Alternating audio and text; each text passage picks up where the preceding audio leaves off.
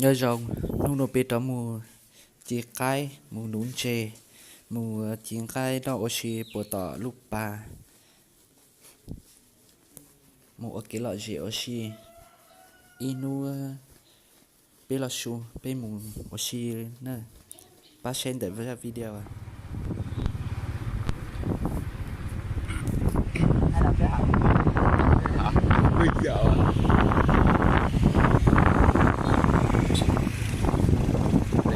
vì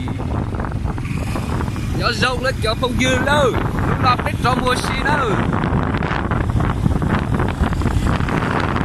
nó mà biết mua nụ tàu chăm lờ tại vì nó phải để sửa đâm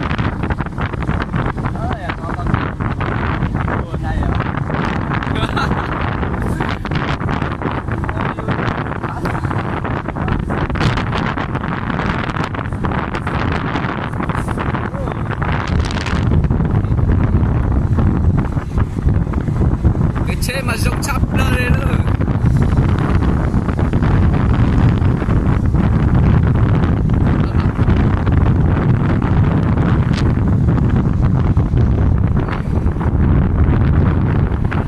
chứ tao đó thì tất chỉ nung chè rồi chỉ ăn nó sao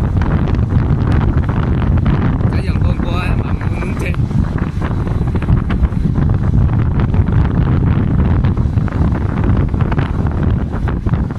nó xếp lên muốn sao cho nó cũng bảo cho chọi cho cái sợi nó bỏ nó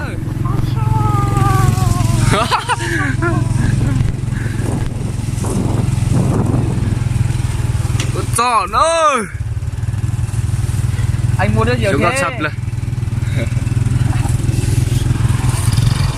wow sát sậpเลยđi tụi tàu in tụi nó ô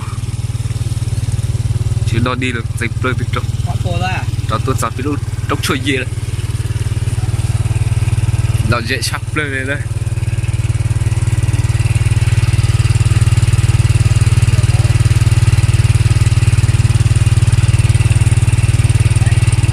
sao rồi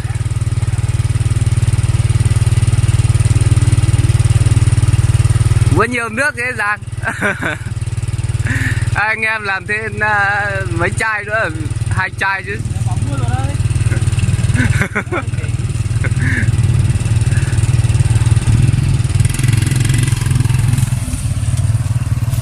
bên mù nữa lấy chắc chết cũng lật tao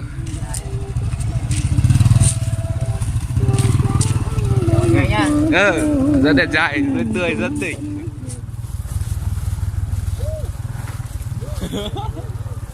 vinh cho nó có một tí nữa anh chụp có cọng bia chứ không thể được đây con chỉ có cọng bia chứ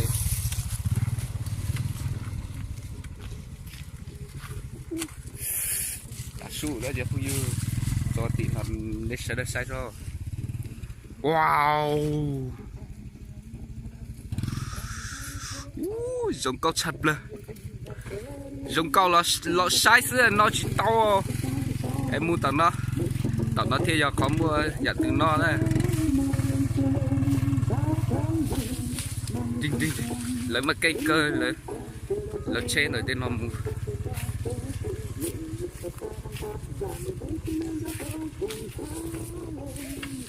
cá tộc giống nó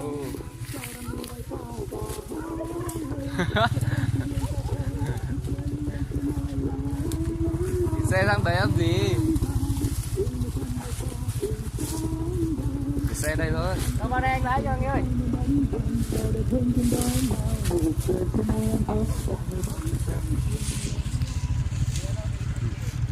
chết trên cả cùng tông ấy chụp con bia con lỡ chỉ là lửa cao sống trung ấy kia lo phải trông luôn ô điện kia lo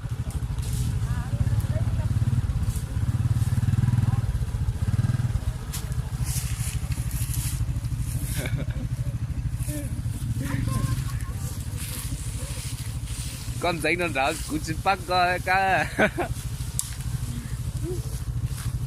Là dễ chập lên.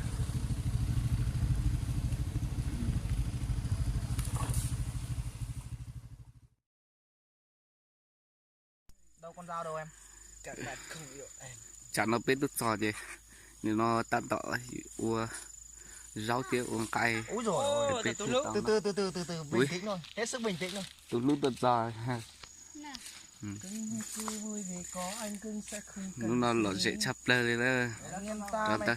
Giờ chỉ ở hậu rau lúc ta chung nè. Chị vô cho nó. Ây da. Ây da. Chỉ muốn nhiều à? Tao nhớ sức. Hello, xin chào tất cả các bạn đã quay trở lại với đội anh em. Tầm tu thảo. Biết từ. Xin Biết chào từ tất cả các lúc bạn. từ giàu. À, Mình là nghe nát đây. cái đấy đi mua cái Thành máy mới thấy hô à? Mày cho lúc chi tặng cái gì à? gì giờ này? Đợt nó dòng canh buồn đấy. Câu này thì còn lâu mới được ăn. Con là từ tùa thế thì cho chị đó biết được một thằng nó cũng chúa sao sao sao. Canh buồn. Con chuột trái đây. Tao. Thế à? Nó ít tụ cay. Và tao sút xuống thì ăn luôn nó. Ra muốn này đúng không là? Một đề kia. Rau kia đâu nhỉ? Chỉ một lọc chả đó. Cho chị cũng cắn to Cái đường bạch ca hơi này. Lại kia lên nó sao vậy? Tao Ô, lại rồi tầm kiến chào tầm kiến thôi lẽ hả? lúc nó có sau ở nhà ua cũng chọn để nó Mày chắc không đâu nè. muôn tao được không? Mua luộc nhưng mà. Bán cả củ đậu kìa à? Mang củ đậu từ hôm qua à? Có nên nhỉ? Ngon gì nữa đi chuẩn bị đầy đủ mà. Giấy Rồi. Tôi cho gừng vào. À, mua cật thục. Để nó biết chính ra tỏ hao rau nè.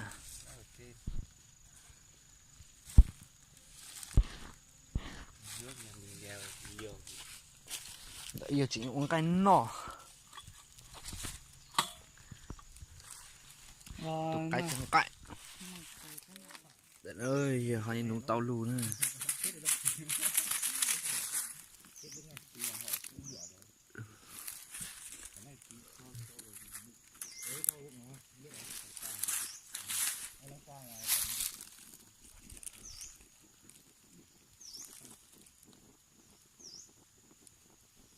Xô đấy.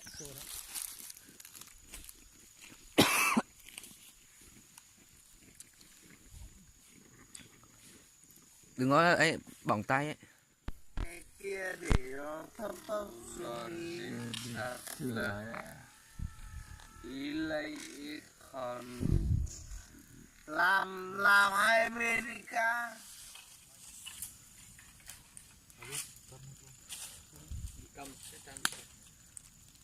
Đội câu cá vui.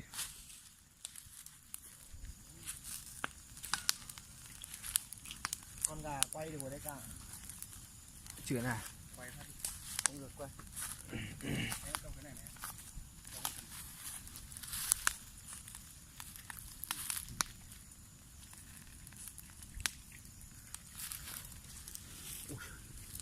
Không cần ai. Không cần đâu anh ơi, lấy tay xé rồi. Mình ăn thế mới gọi là giỏi vứt lung tung thế này. Giận đó đó. Chất đây. Được rồi. Không lặp nhỉ.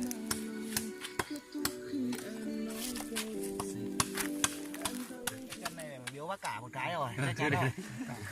Đây, em một cái đi. Đúng không? Không cái này em đi. Này anh em nào ấy thì chiến thôi. À, còn chanh nữa nhỉ? vào ngồi đi, bật bia chuyển thôi. Ấy, cho cái nước chấm vào ở dưới đi. Không ngon nhưng mà ăn được. Rất ngon. Hết rồi. Anh em một lô. Mời anh em nha. Mời anh em. Ô, Anh ăn nhá. một số đấy. Một số à cả là. Một giờ à? Một số à. Mời giúp cả nha. Cà phê họ có gì đây? Wow. Được bức anh tuyệt vời. Đây cá đây. Vì món này mà ra đây. Nhưng mà kéo theo đấy nó chết theo một con gà nữa.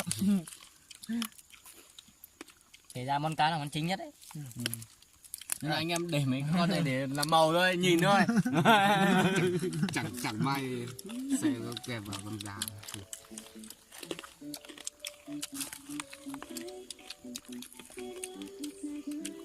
Có căng thẳng. Sao? Quá. Sắp Ê, trước khi lại đi, còn lại để rồi. Trực ca nên làm no. làm nó. Cá là sành Làm tàu. no ra. Mà cả là. Sành tàu. Ở trong nhá.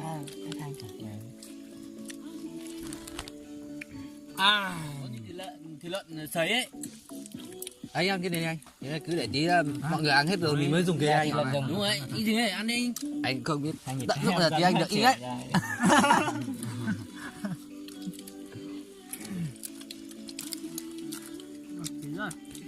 Đúng luôn. Bà chưa? Anh phải có chân quay kiểu ấy nữa. Đúng rồi, tụi nữa ra tụ. Cháu mẹ mà cắt video nữa cơ. Đâu cá? Làm không biết nào. Chắc một tí muốn này gì cây hết rồi. Đầu tư á. Đúng là mất rồi cơ. Nó chật chơi thang. Kênh. Đúng đúng. Muốn đi. Ôi, Ấy, ít tuổi tụi em. uống bia khỏe Tao vào. chụp ít tuổi một nhớ chụp Đầy nữa. đấy. Không là không hết đâu, lại mang về đấy. Không Minh ơi. Không Minh.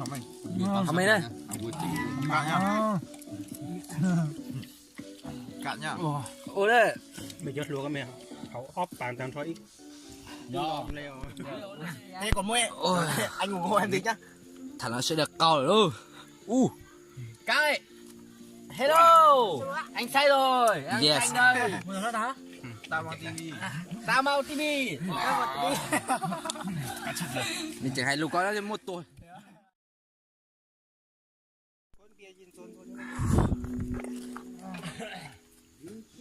Bây giờ bây giờ cứ ông nào câu được ông ấy tự nướng ăn. Không câu được thì đứng mà nhìn. Rồi này còn câu nhiều phát được. Ơi, bây giờ anh mình về đây. Muốn chế sao? Chứ tức họ nên nó làm tốt. Trái gì đó thôi à? Thằng nào cho tao thằng muốn chế à? Chỉ tao chỉ sáng non chè nữa, non chè chơi.